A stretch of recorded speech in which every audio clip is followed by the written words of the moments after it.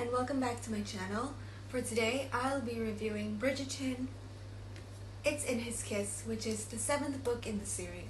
This book is starring Hyacinth Bridgerton, the youngest sibling of the Bridgerton clan. This book has around 368 pages and I'll be reviewing it today. So let's get started. So the main characters in this book are Hyacinth Bridgerton and Gareth St. Clair. Hyacinth is the 8th and last sibling of the alphabetically ordered Bridgerton group. The story comes before Gregory because then the girls would marry before their brothers, despite them being younger than their brothers, which is why we see Daphne marrying earlier than her oldest brother Anthony. Gareth St. Clair is the son of a baron, or so he is. He's the second in line to the St. Clair estates as his older brother George died. We also have Lady Danbury, who is Gareth's maternal grandmother. We also have a lady named Mary Winthorpe, who was betrothed to Gareth when he was only 18 years old by his controlling father, the Baron St. Clair. Lady Bridgerton and Gregory Bridgerton too make their appearances in this book. This story is about an illegitimate kid, Gareth St. Clair, who meets a witty young girl, Hyacinth Bridgerton, at a musical. Both aristocrats descending from important, wealthy, and influential families. Gareth and Hyacinth both share, frankly, daddy issues. Gareth isn't close to his father, Baron St. Clair, and they only talk when necessary.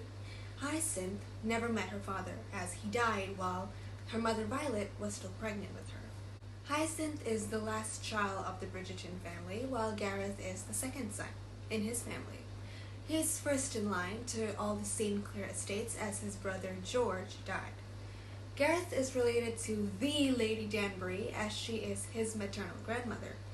Their lives are pretty normal until one day Gareth gets a diary from his sister-in-law Caroline, who is his brother George's wife, about their paternal grandmother, Isabella, who was of Italian descent.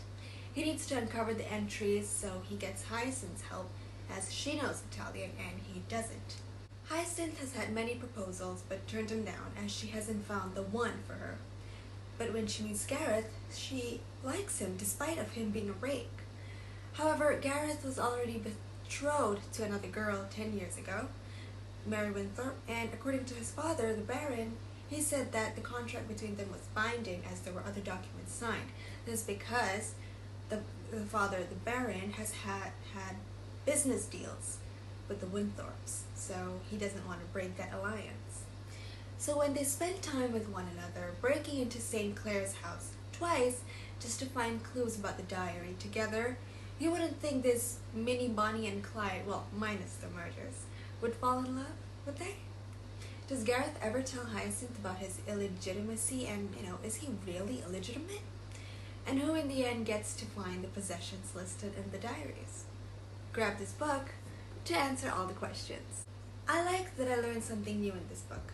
In the aristocracy, especially in the 18th century, fathers and sons are expected to not have a good relationship. They're quite separated and only talk when necessary. So I liked how the author made Edmund, the patriarch of the Bridgerton, the one who died, he was a loving father to all his sons and daughters up till he was dead. And she made the rest of them only talk to their sons when needed to kind of reflect on how real aristocracy was. I also liked how Gareth admired Hyacinth. In page 32 of the book, I quote the book, "He had never met anyone quite like Hyacinth Bridgerton. She was vaguely amusing, vaguely annoying, but one couldn't quite help but admire her wit."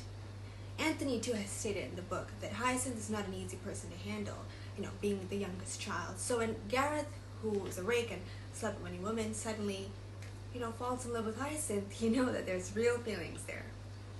Another thing I liked is the way Gareth stood up to the Baron, his father, at the end. It showed how Julia developed him from a shy, scared kid whenever the Baron was around, to a more mature and adult-like person. I mean, talk about character development in Gareth.